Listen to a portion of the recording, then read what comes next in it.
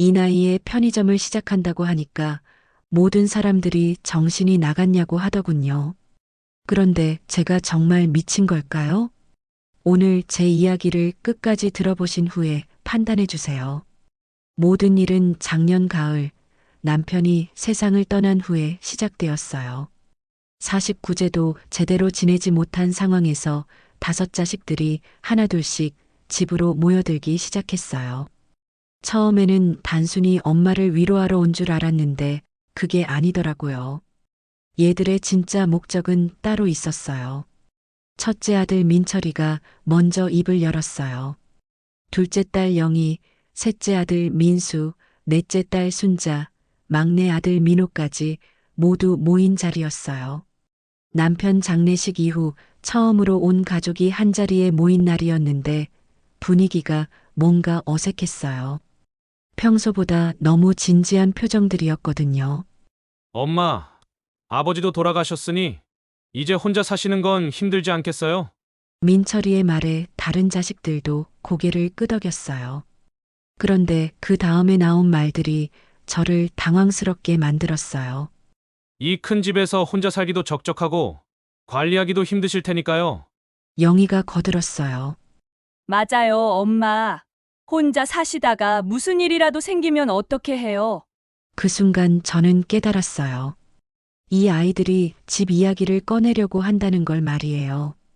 45년 동안 남편과 함께 농사 지으면서 조금씩 조금씩 모은 돈으로 산 이 집을 이 아이들을 키우기 위해 온갖 고생을 다하면서 지켜온 이 집을 팔라고 하려는 거였어요. 엄마, 우리가 상의해봤는데요. 순자가 조심스럽게 말을 이어갔어요. 이 집 팔고 엄마는 저희 중 한 명과 함께 사시는 게 어떨까요? 아니면 좋은 요양원도 많다고 하던데요. 요양원이라는 말이 나오는 순간 가슴이 철렁 내려앉았어요. 남편이 세상을 떠난 지 겨우 한 달도 안 됐는데 벌써 저를 요양원으로 보내려고 하다니요. 그동안 이 아이들을 키우기 위해 얼마나 많은 희생을 했는데 이제 와서 이런 소리를 하다니 믿을 수가 없었어요. 엄마는 어떻게 생각하세요? 막내 민호가 물어봤지만 사실 제 의견을 묻는 것 같지는 않았어요. 이미 다 정해놓고 저한테 동의만 구하려는 것 같았거든요. 그때였어요. 갑자기 화가 치밀어 올랐어요.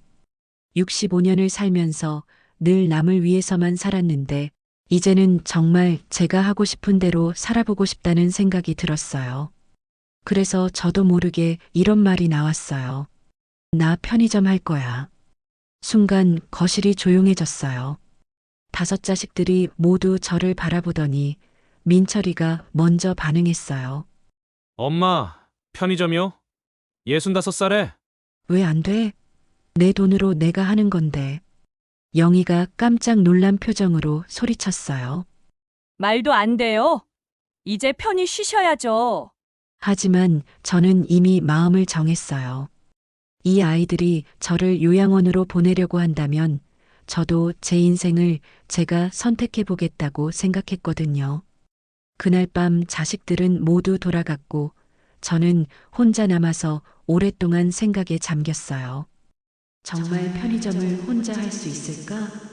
65살의 나이에 새로운 일을 시작한다는 게 가능할까? 하지만 두려움보다는 설렘이 더 컸어요. 마침내 제가 원하는 일을 해볼 수 있다는 생각에 말이에요. 제가 왜 이런 결정을 내렸는지 이해하시려면 제가 지금까지 어떻게 살아왔는지부터 들어보셔야 할 것 같아요. 저는 20살에 시집와서 45년 동안 이 집에서 살았어요. 5남매를 낳아 키우면서 단 하루도 쉬어본 적이 없었거든요. 새벽 4시 30분이면 어김없이 눈이 떠졌어요. 남편이 농사일을 나가기 전에 아침밥을 차려줘야 했고 아이들 도시락도 싸야 했거든요.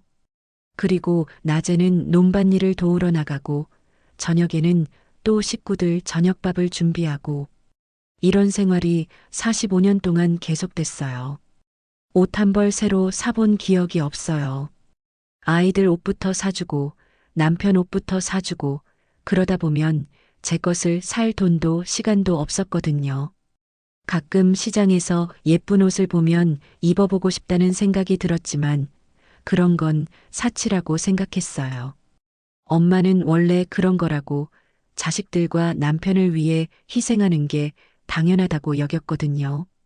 특히 힘들었던 건 아이들이 모두 대학에 다닐 때였어요. 등록금이 워낙 비싸다 보니까 저는 남의 집 청소일까지 나갔어요. 새벽에 집안일하고 오전에는 남의 집 청소하고 오후에는 농사일 돕고 저녁에는 또 집안일. 하루에 잠을 서너 시간밖에 못 잤어요. 그런데 그때 아이들이 뭐라고 했는지 아세요? 엄마는 원래 그런 사람이니까. 고마워한다는 말도 없고 미안해한다는 말도 없이 그냥 당연하다고 여기더라고요. 저는 그저 돈을 벌어다 주는 기계 같은 존재였어요. 감정도 없고 필요함도 없고 그냥 묵묵히 일만 하는 존재. 그게 바로 제가 45년 동안 살아온 모습이었어요. 남편도 마찬가지였어요. 제가 아무리 힘들어해도 관심이 없었어요. 농사일은 남자 일이고 집안일은 여자 일이라면서 당연하다고 여겼거든요. 제가 몸이 아파서 병원에 가고 싶다고 하면 농사일이 바쁜데 나중에 가지 그래. 라고 했어요. 그래서 아프면서도 참고 또 참았어요. 그러다가 몇 년 전부터 남편이 아프기 시작했어요. 처음에는 소화가 안 된다고 하더니 나중에는 일어나기도 힘들어 했어요. 병원에 갔더니 암이라고 하더라고요. 그때부터는 정말 전쟁 같았어요. 남편 간병하랴, 병원비 마련하랴, 집안일 하랴. 하루하루가 버거웠어요. 자식들은 가끔 병문안만 왔을 뿐 실질적인 도움은 주지 않았어요. 모두 자기 일이 바쁘다면서 말이에요. 병원비도 대부분 제가 혼자 감당했어요. 그동안 모아둔 적금을 모두 깨서 쓰고 그래도 모자라면 빚까지 내가면서 말이에요. 남편이 돌아가시던 날도 저 혼자였어요. 자식들은 모두 지금 가고 있어. 라고 했지만 정작 임종 순간에는 아무도 없었어요. 45년을 함께 산 남편을 저 혼자 떠나보내야 했어요. 얼마나 서럽고 외로웠는지 몰라요. 장례식 때도 마찬가지였어요. 자식들은 모두 와서 울긴 했지만 장례 준비는 대부분 제가 혼자 했어요. 문상객들 음식 준비하고 상주들 뒷바라지하고 정작 가장 슬퍼해야 할 저는 슬퍼할 시간도 없었어요. 그리고 49제가 끝나자마자 바로 집 이야기를 꺼내더라고요. 마치 이때를 기다렸다는 듯이 말이에요. 그때 저는 깨달았어요. 아, 이 아이들에게 나는 그냥 돈을 벌어다 주고 집안일 해주는 사람이었구나. 감정도 없고 꿈도 없고 그냥 편리하게 이용할 수 있는 존재였구나. 65년을 살면서 저는 단 한 번도 제가 원하는 걸 해본 적이 없었어요. 늘 남편이 원하는 것, 자식들이 원하는 것만 해왔거든요. 그런데 이제는 정말 제가 하고 싶은 일을 해보고 싶어졌어요. 비록 65살이라는 늦은 나이이지만 아직 15년 이상은 더 살 수 있잖아요. 그 시간만큼은 정말 제가 원하는 대로 살아보고 싶었어요. 제가 편의점을 하겠다고 선언한 다음 날 자식들이 다시 모였어요. 이번에는 더 심각한 표정들이었어요. 첫째 민철이가 먼저 말을 꺼냈어요. 엄마, 어제 하신 말씀 진짜예요? 저는 당당하게 대답했어요. 그럼 거짓말인 줄 알았어? 그러자 둘째 영희가 급하게 말했어요. 엄마, 편의점이 그렇게 쉬운 게 아니에요. 요즘은 경쟁도 심하고 24시간 운영해야 하는 곳도 많고요. 셋째 민수도 거들었어요. 맞아요, 엄마. 게다가 온갖 기계들도 다룰 줄 알아야 하고 장부 정리도 해야 하고 65살에 그런 걸 다 배우기는 힘들어요. 사실 이 아이들 말이 틀린 건 아니었어요. 저도 걱정이 되는 부분들이었거든요. 하지만 이 아이들이 진짜 걱정하는 건 제가 힘들까 봐서가 아니었어요. 자기들이 받을 재산이 줄어들까 봐 걱정하는 거였어요.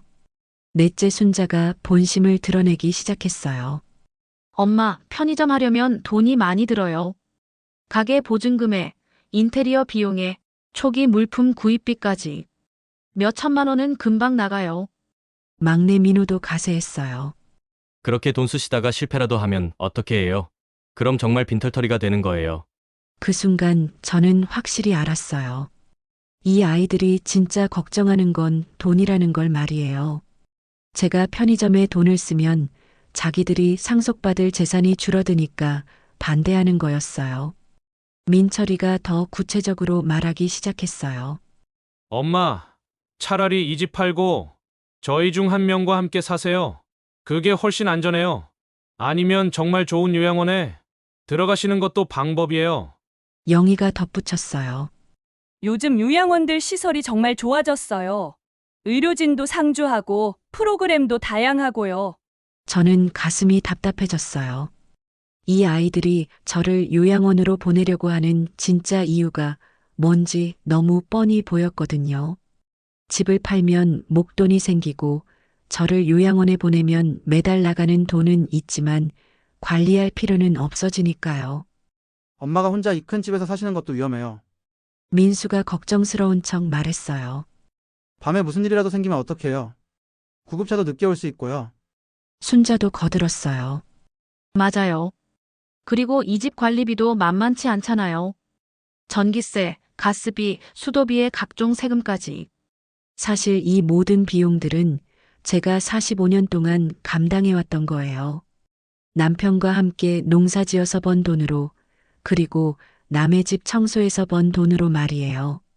그런데 이제 와서 마치 이 아이들이 제 생활비를 대주고 있는 것처럼 말하니까 기가 막혔어요.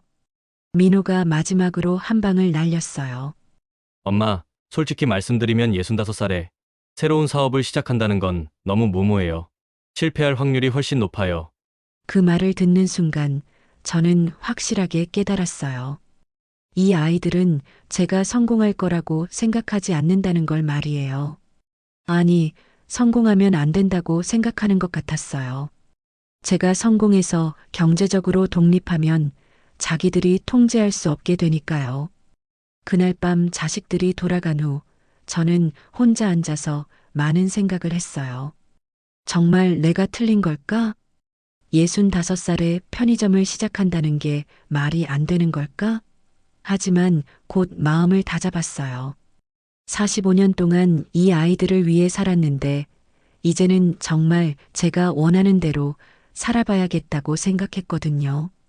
다음 날 아침 저는 부동산에 전화를 걸었어요. 편의점으로 쓸만한 가게를 알아보려고요. 그리고 인터넷으로 편의점 창업에 대해 공부하기 시작했어요. 자식들이 뭐라고 하든 저는 제 결정을 밀고 나가기로 했어요. 일주일 동안 혼자 알아본 결과 생각보다 편의점 창업이 복잡하다는 걸 알았어요. 하지만 불가능한 건 아니었어요. 요즘은 편의점 본부에서 처음 시작하는 사람들을 위한 교육 프로그램도 있고 운영 방법도 자세히 가르쳐 준다고 하더라고요. 제일 마음에 드는 자리를 하나 찾았어요. 우리 동네에서 조금 떨어진 곳이지만 새로 개발되는 지역이라서 젊은 사람들이 많이 이사 올 예정이었어요. 근처에 사무실 건물도 새로 짓고 있어서 직장인들도 많을 것 같았고요. 임대료도 생각보다 부담스럽지 않았어요. 물론 처음에 들어가는 비용이 만만치 않긴 했지만 남편이 아플 때 쓰고 남은 돈과 집을 담보로 대출받으면 충분할 것 같았어요. 그래서 다시 자식들을 불러 모았어요. 이번에는 제가 확실한 계획을 세워서 말하고 싶었거든요. 얘들아, 엄마가 진지하게 할 이야기가 있어. 5 자식들이 모두 심각한 표정으로 앉았어요. 아마 제가 편의점 이야기를 포기했다고 생각했나 봐요. 지난주에 말한 편의점 이야기 말인데 엄마가 정말로 할 거야. 순간 거실이 조용해졌어요. 그러더니 민철이가 벌떡 일어났어요. 엄마, 정말로요? 일주일 동안 생각해 보시라고 했는데도요. 응, 생각해봤어. 그리고 결정했어. 영희가 당황한 듯 말했어요. 엄마 제정신이세요? 65살에 편의점이요? 왜 내 나이가 어때서? 나이가 뭐 그렇게 중요해? 저는 이미 마음의 준비를 다 해놨어요. 이 아이들이 뭐라고 해도 제 뜻을 굽히지 않을 생각이었거든요. 민수가 다급하게 말했어요. 엄마, 편의점이 얼마나 힘든 일인지 아세요? 하루 종일 서 있어야 하고 손님들 응대해야 하고. 그런 건 다 알아봤어. 그리고 엄마가 45년 동안 농사일하면서 얼마나 힘든 일들을 해왔는데 편의점 일이 그보다 더 힘들까? 순자가 경제적인 부분을 공격해왔어요. 엄마, 돈은 어떻게 하실 거예요? 편의점 하나 차리는데 몇 천만 원이 들어간다고 했잖아요. 그것도 다 계산해봤어. 집을 담보로 대출받으면 돼. 그 말을 듣자마자 자식들의 얼굴이 변했어요. 집이 담보로 잡히면 나중에 상속받을 때 문제가 생기니까요. 막내 민호가 거의 소리를 지르듯 말했어요. 엄마, 그럼 실패하면 어떻게 해요? 집까지 잃으면 정말 갈 곳이 없어져요. 실패하지 않을 거야. 엄마가 이런 결정을 가볍게 내렸을 것 같아? 사실 저도 두려웠어요. 정말 실패하면 어떻게 하지? 하는 생각이 들었거든요. 하지만 그보다는 이대로 자식들 눈치만 보면서 살고 싶지 않다는 마음이 더 컸어요. 영희가 마지막 카드를 꺼내들었어요.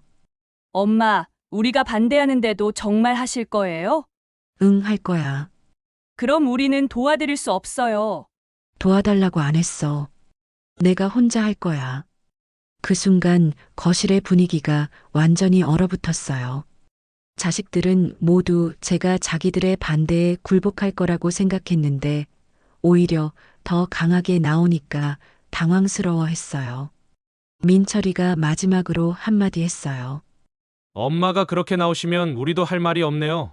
하지만 나중에 후회하셔도 저희는 몰라요. 후회는 내가 할 테니까 너희는 신경 쓰지 마. 그날 밤 자식들이 모두 돌아간 후 저는 오랜만에 홀가분한 기분을 느꼈어요. 45년 만에 처음으로 제가 원하는 결정을 내렸거든요. 물론 두렵기도 했지만 그보다는 설렘이 더 컸어요. 젊었을 때부터 늘 꿈꿔왔던 일이었어요. 제 가게를 갖는 건 말이에요. 남편한테 이야기한 적도 있었는데 여자가 무슨 장사냐? 면서 묵살당했었거든요. 하지만 이제는 아무도 제 꿈을 막을 수 없어요. 65살이라는 나이가 늦긴 하지만 그래도 시작해보고 싶었어요. 다음 날부터 본격적으로 준비를 시작했어요. 편의점 본부에 연락해서 상담 약속도 잡고 필요한 서류들도 준비하기 시작했어요. 오랜만에 이렇게 바쁘게 움직이니까 오히려 기분이 좋더라고요. 편의점 본부에서 2주간의 교육을 받았어요. 저보다 나이가 많은 분들도 몇 분 계셔서 조금 안심이 됐어요. 하지만 교육 내용이 생각보다 복잡했어요. 계산기 사용법부터 시작해서 재고, 관리, 진열 방법, 고객 응대까지 머리가 띵하더라고요. 특히 어려웠던 건 컴퓨터를 이용한 주문 시스템이었어요. 요즘은 모든 게 컴퓨터로 처리되다 보니까 저처럼 컴퓨터에 익숙하지 않은 사람에게는 정말 어려웠어요. 젊은 교육생들은 금방금방 따라하는데 저는 몇 번을 반복해야 겨우 이해할 수 있었어요. 그래도 포기하지 않았어요. 집에서도 계속 연습했어요. 자식들 중에 누군가한테 도움을 요청할까도 생각했지만 혼자 해보기로 했어요. 어차피 반대했던 아이들이니까 도움을 요청해봤자 저희가 그러게 말렸잖아요. 라는 소리만 들을 게 뻔했거든요. 드디어 가게 문을 열었어요. 첫날부터 손님들이 많이 왔어요. 근처에 새로 생긴 편의점이라서 호기심에 들러보는 분들이 많았어요. 그런데 문제는 제가 아직 계산기 조작에 익숙하지 않다는 거였어요. 할머니, 계산 좀 빨리 해주세요. 첫날부터 짜증을 내는 손님이 있었어요. 젊은 직장인 같아 보이는 여자분이었는데 점심시간이라서 급하다면서 성질을 내더라고요. 죄송해요. 조금만 기다려주세요. 손이 떨려서 계산기 버튼을 잘못 누르기도 했어요. 그러면 처음부터 다시 해야 하니까 더 오래 걸렸고요. 아, 정말! 다른 편의점 가겠습니다. 결국 그 손님은 물건을 그냥 두고 나가버렸어요. 첫날부터 이런 일이 생기니까 마음이 상했어요. 하지만 포기할 수는 없었어요. 밤 시간이 특히 힘들었어요. 다른 편의점들은 대부분 야간 아르바이트생을 고용하는데 저는 비용을 아끼려고 혼자 하기로 했거든요. 그런데 밤 12시까지 서 있으려니까 다리가 아프고 허리도 아팠어요. 65살의 몸으로는 정말 힘든 일이었어요. 더 큰 문제는 밤에 오는 손님들이었어요. 술에 취한 사람들이 와서 큰 소리를 내거나 물건값을 깎아달라고 우기는 경우도 있었어요. 처음에는 무서워서 어떻게 대응해야 할지 몰랐어요. 할머니, 이거 얼마예요? 네, 1,500원입니다. 에이, 할머니가 하는 가게인데 1,000원만 받으세요. 죄송하지만 정가로 받아야 해요. 아, 인정머리 없게 다른 편의점 가겠네요. 이런 일들이 자주 있었어요. 나이가 많다고 만만하게 보는 손님들이 생각보다 많더라고요. 처음에는 속상했지만 점점 강해져야겠다는 생각이 들었어요. 한 달쯤 지났을 때 정말 포기하고 싶다는 생각이 들었어요. 몸은 힘들고 매출은 기대보다 적고 손님들 중에는 짜증내는 사람들도 있고 이 나이에 이런 고생을 해야 하나 싶었어요. 자식들도 가끔 가게에 들러서 걱정스러운 표정으로 말하곤 했어요. 엄마, 너무 힘들어 보이세요. 그만두는 것도 방법이에요. 하지만 그럴 때마다 저는 이를 악물고 버텼어요. 포기하면 자식들이 저희가 그러게 말렸잖아요. 라고 할 게 뻔했거든요. 그리고 무엇보다 제가 65년을 살면서 처음으로 시작한 제 일이었어요. 쉽게 포기할 수는 없었어요. 새벽에 물건을 정리하면서 울컥할 때도 많았어요. 정말 내가 잘못 생각한 걸까? 65살에 이런 일을 시작한 게 무모했을까? 하는 생각들이 머릿속을 맴돌았어요. 하지만 그 다음 날이면 또 가게 문을 열고 손님들을 맞았어요. 그러던 어느 날 단골 손님 한 분이 말씀하셨어요. 사장님, 처음보다 많이 익숙해지셨네요. 계산도 빨라지고. 그 말을 듣고 보니 정말 그런 것 같았어요. 처음에는 계산기 버튼 하나 누르는 것도 조심스러웠는데 이제는 제법 능숙하게 할 수 있게 됐어요.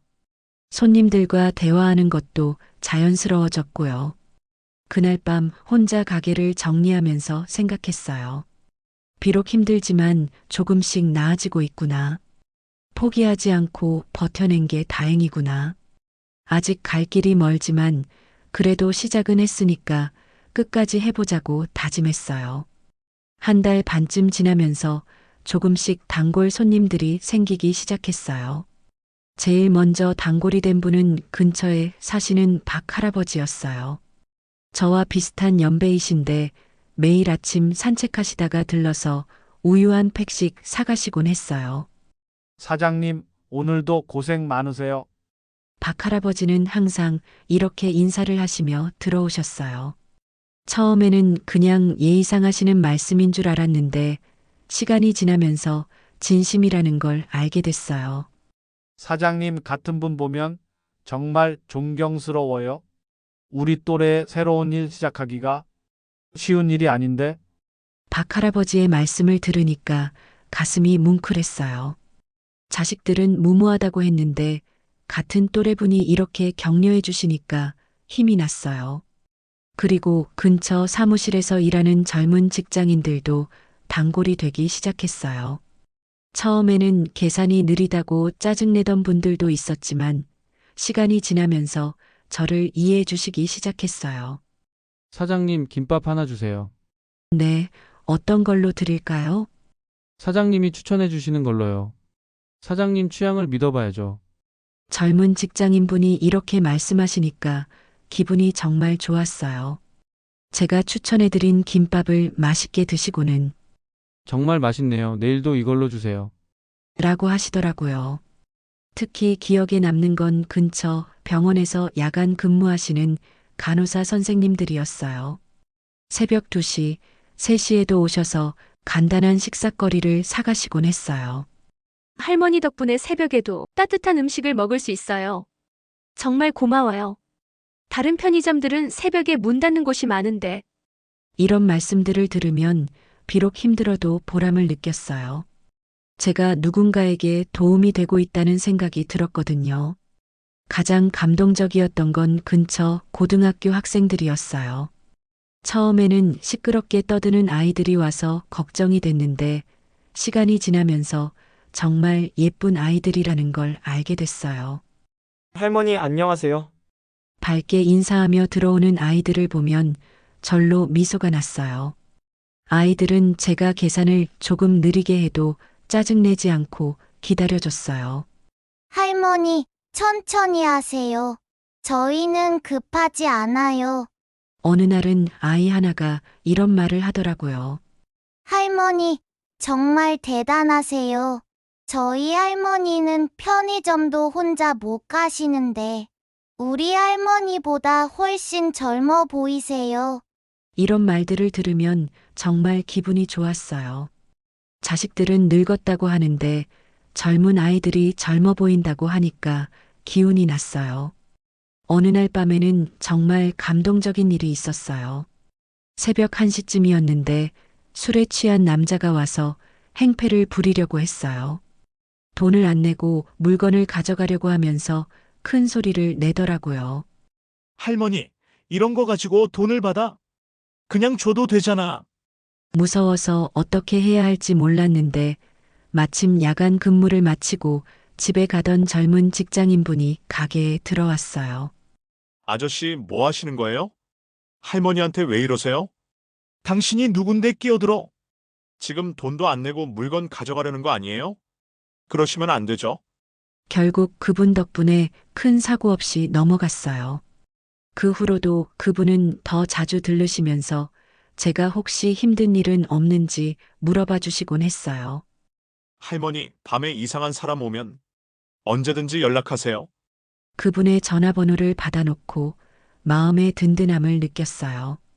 세상에는 나쁜 사람만 있는 게 아니라 좋은 사람들도 많다는 걸 알게 됐어요. 이런 분들 덕분에 점점 편의점 일이 즐거워지기 시작했어요. 힘들긴 하지만 매일 이런 좋은 분들을 만날 수 있다는 것만으로도 보람을 느꼈어요. 집에서 혼자 텔레비전만 보며 지내던 때와는 완전히 다른 생활이었어요. 편의점을 시작한 지 6개월이 지났을 때 놀라운 일이 일어났어요. 매출이 점점 늘어나기 시작한 거예요. 처음 한두 달은 적자였지만 단골 손님들이 늘어나면서 손익분기점을 넘어서기 시작했어요. 어느 날 민철이가 가게에 들렀는데 손님들이 줄을 서서 기다리고 있는 모습을 보고 깜짝 놀라더라고요. 엄마, 손님이 이렇게 많아요? 응, 요즘 단골분들이 많이 늘었어. 민철이는 믿을 수 없다는 표정으로 가게 안을 둘러봤어요. 깔끔하게 정리된 진열대와 친절하게 손님을 응대하는 제 모습을 보면서 뭔가 생각이 많아지는 것 같았어요. 엄마가 정말 잘하고 계시네요. 처음으로 인정하는 말을 하더라고요. 그동안 계속 반대만 했던 민철이가 이런 말을 하니까 정말 기뻤어요. 며칠 후에는 영희가 왔어요. 영희는 평소에 숫자에 밝은 편이라서 장부를 보더니 더욱 놀라는 표정을 지었어요. 엄마, 이 매출이 정말 맞아요? 그럼 거짓말해서 뭐해? 아니, 이 정도면 웬만한 직장인 월급보다 많이 버시는 거예요. 영희의 말을 듣고 저도 새삼 놀랐어요. 매일매일 조금씩 늘어나는 매출이라서 실감하지 못했는데 계산해보니 정말 괜찮은 수입이 나오고 있었어요. 가장 큰 변화를 보인 건 막내 민호였어요. 처음에는 가장 강하게 반대했던 아이였는데 어느 날 갑자기 가게에 와서 이런 말을 하더라고요. 엄마, 죄송해요. 그동안 엄마를 너무 무시했어요. 왜 갑자기 그런 말을 해? 솔직히 말하면 처음에는 정말 실패할 줄 알았어요. 65살의 편의점이라니 말도 안 된다고 생각했거든요. 민호는 계속 이야기했어요. 그런데 엄마를 보니까 정말 대단하세요. 새로운 걸 배우는 속도도 빠르시고 손님들과 대화하시는 모습도 자연스럽고 순자도 비슷한 말을 했어요. 엄마, 저희가 엄마를 너무 과소평가했나 봐요. 65살인데도 이렇게 적응을 잘하시다니. 자식들의 태도가 180도 바뀌는 걸 보면서 복잡한 심정이었어요. 기쁘기도 했지만 한편으로는 서운하기도 했어요. 성공해야만 인정받을 수 있다는 게 씁쓸했거든요. 그런데 자식들이 더 놀라운 제안을 했어요. 엄마, 저희가 도와드릴까요? 민수가 먼저 말을 꺼냈어요. 요즘은 온라인 주문도 많이 들어온다면서요. 저희가 그런 시스템 구축하는 거 도와드릴게요. 영희도 거들었어요. 맞아요. 그리고 젊은 사람들이 많이 소통하는 SNS로 홍보하는 것도 도와드릴 수 있어요. 처음에는 정말 의외였어요. 그동안 반대만 하던 아이들이 이제 와서 도움을 주겠다고 하니까요.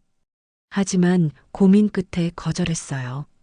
고마운 마음은 받겠지만 엄마가 혼자 할 수 있어. 왜요? 함께하면 더 잘 될 텐데요. 이건 엄마가 처음으로 해보는 엄마만의 일이야. 도움받으면서 하고 싶지 않아. 자식들은 아쉬워했지만 제 뜻을 이해해줬어요. 그리고 가끔씩 손님으로 와서 응원해주기 시작했어요. 민철이가 어느 날 이런 말을 했어요. 엄마, 정말 죄송했어요. 엄마가 이렇게 대단한 분인 줄 몰랐어요. 뭐가 대단해? 그냥 살아보려고 하는 거야. 아니에요. 65살에 새로운 도전을 한다는 것 자체가 대단한 거예요. 저희는 그걸 이해하지 못했어요. 그날 밤 자식들이 돌아간 후 저는 오랜만에 마음이 따뜻해지는 걸 느꼈어요. 비록 늦었지만 자식들이 저를 인정해 주니까 기뻤어요. 하지만 더 기쁜 건 제가 스스로 해냈다는 것이었어요. 65살의 나이에도 새로운 일을 시작할 수 있다는 걸 증명했거든요. 편의점을 시작한 지 1년이 지났어요. 이제는 정말 지역에서 유명한 가게가 됐어요. 다른 편의점들과 달리 늘 친절하고 정성스럽게 운영하다 보니까 멀리서도 일부러 찾아오시는 분들이 많아졌어요. 특히 제가 직접 만드는 김밥이 소문이 나서 아침마다 김밥을 사러 오시는 분들이 줄을 서곤 해요. 처음에는 기계로 만든 김밥만 팔았는데 손님들이 할머니가 직접 만든 김밥은 없어요? 라고 물어보셔서 시작하게 됐어요. 새벽 4시에 일어나서 김밥을 싸는 게 힘들긴 하지만 그래도 즐거워요. 45년 동안 가족들 밥해주면서 익힌 솜씨가 이렇게 도움이 될 줄은 몰랐거든요. 사장님, 김밥이 정말 맛있어요. 어떻게 이렇게 맛있게 만드세요? 별거 아니에요. 그냥 정성껏 만들 뿐이에요. 손님들이 맛있다고 할 때마다 정말 보람을 느껴요. 65년을 살면서 이렇게 많은 사람들한테 인정받아 본 적이 없었거든요. 요즘에는 젊은 손님들이 핸드폰으로 제 가게 사진을 찍어서 인터넷에 올리기도 해요. 할머니 편의점 진짜 최고예요. 이 연세에 편의점을 직접 운영하시다니 할머니 정말 멋져요. 이런 글들을 보면 신기하면서도 기분이 좋아요. 저 같은 평범한 할머니가 이렇게 화제가 될 줄은 꿈에도 몰랐어요. 매출도 처음 계획했던 것보다 훨씬 좋아요. 대출금도 벌써 절반 이상 갚았고 이 속도라면 2년 안에 모두 갚을 수 있을 것 같아요. 무엇보다 매달 나오는 수입이 안정적이어서 마음이 든든해요. 자식들도 이제는 완전히 달라졌어요. 가끔 가게에 들러서 손님들한테 자랑하기도 해요. 저희 어머니예요. 65살에 편의점 시작하셔서 이렇게 성공하셨어요. 민철이는 친구들한테도 자랑한다고 하더라고요. 우리 엄마 정말 대단해. 65살에 편의점 창업해서 대박 났어. 영희는 가끔 가게 청소를 도와주러 와요. 억지로 도와주는 게 아니라 정말 자발적으로 와서 도와주니까 고마워요. 엄마, 정말 존경해요. 저도 엄마처럼 나이 들어서도 새로운 도전을 할 수 있는 사람이 되고 싶어요. 가장 큰 변화는 제 자신이에요. 1년 전보다 훨씬 건강해진 것 같아요. 매일 일찍 일어나서 움직이다 보니까 몸도 좋아지고 정신도 맑아졌어요. 무엇보다 매일매일이 즐거워요. 65년을 살면서 이렇게 보람을 느껴본 적이 없었어요. 남편을 위해 자식들을 위해 살던 때와는 완전히 다른 느낌이에요. 이제는 정말 제가 원해서 하는 일이니까 아무리 힘들어도 즐겁거든요. 어제는 박 할아버지가 이런 말씀을 하셨어요. 사장님 보면서 저도 용기를 얻어요. 나이가 들어도 포기하지 않고 새로운 걸 시도할 수 있구나 하는 생각이 들어요. 이런 말씀을 들으면 정말 뿌듯해요. 제가 누군가에게 용기를 줄 수 있다니 생각해 본 적도 없었거든요. 요즘에는 2호점도 생각해 보고 있어요. 물론 제가 직접 운영하기는 힘들겠지만 다른 분들한테 운영을 맡기고 저는 총괄하는 방식으로 말이에요. 아직 구체적인 계획은 없지만 꿈을 꾸는 것만으로도 즐거워요. 여러분께도 말씀드리고 싶어요. 나이는 정말 숫자일 뿐이라는 걸 말이에요. 65세든 70세든 하고 싶은 일이 있다면 도전해 보세요. 물론 쉽지 않아요. 저도 정말 많이 힘들었거든요. 하지만 포기하지 않고 끝까지 버티면 분명히 길이 보여요. 제가 65살에 편의점을 시작할 수 있었던 건 포기하지 않는 마음이 있었기 때문이에요. 자식들이 반대해도 몸이 힘들어도 새로운 걸 배우기 어려워도 포기하지 않았어요. 그리고 결국 해냈어요. 65살은 끝이 아니라 새로운 시작이에요. 아직 15년, 20년을 더 살 수 있는데 그 시간을 그냥 흘려보내기에는 너무 아까워요. 저처럼 늦었다고 생각하지 마시고 여러분도 새로운 도전을 해보세요. 분명히 새로운 여러분을 발견하게 될 거예요. 구독과 좋아요는 사랑입니다. 시청해주신 모든 분들께 감사합니다.